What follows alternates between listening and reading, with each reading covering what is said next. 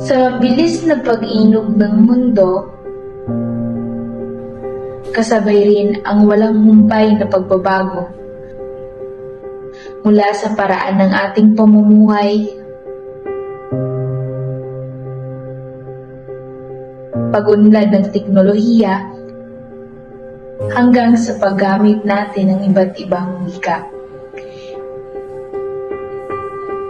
Hindi may kakaila na ang globalisasyon ay nagbigay sa atin ng mas malawak na kaalaman at mas maraming oportunidad.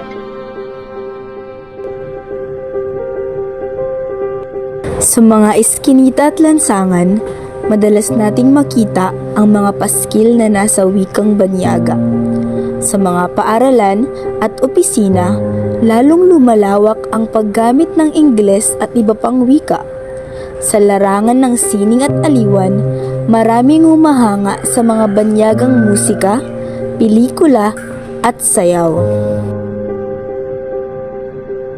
Hindi masama ang pagbabago, sapagkat bahagi ito ng ating pag-unlad bilang isang bansa.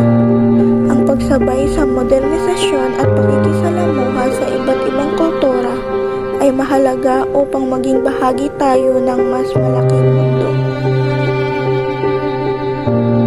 Ngunit sa kabila ng lahat ng ito, isang mahalagang tanong ang dapat nating pag-isipan.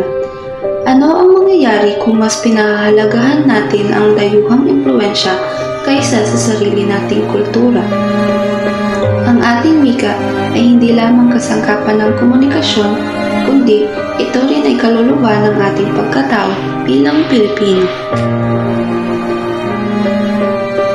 Kapag hinayaan nating tuluyang mawala ito sa sistema ng edukasyon, maaaring kasabay din itong maglaho ang ating pagkakakilanlan.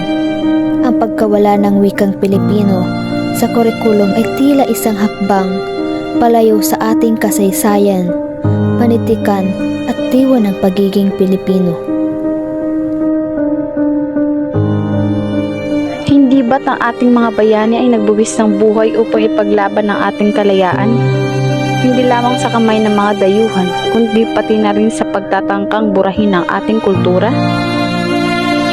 Kung ating susuriin, ang tunay na kalayaan ay hindi lamang nasusukat sa kasarinlan ng ating teritoryo, kundi sa kakayahan nating ipagmalaki at ipaglaban ng ating sariling wika at pagkatao. Kaya tayo magkaisa. Ipaglaban natin ang patuloy na pagtuturo ng wikang Pilipino sa paaralan. Huwag nating hayaan na tuluyang mawala ang ating wika sa ating sistema ng edukasyon, sapagkat ang pagkawala nito ay pagkawala rin ng ating pagkakakilanlan. Sa gitna ng magabagong mundo, tayo mismo ang may hawak ng ating kinabukasan. Kaya naman, patuloy nating palakasin at ipagmalaki ang ating sariling wika, sapagkat ang wikang Filipino ay ating lahing kayamanan.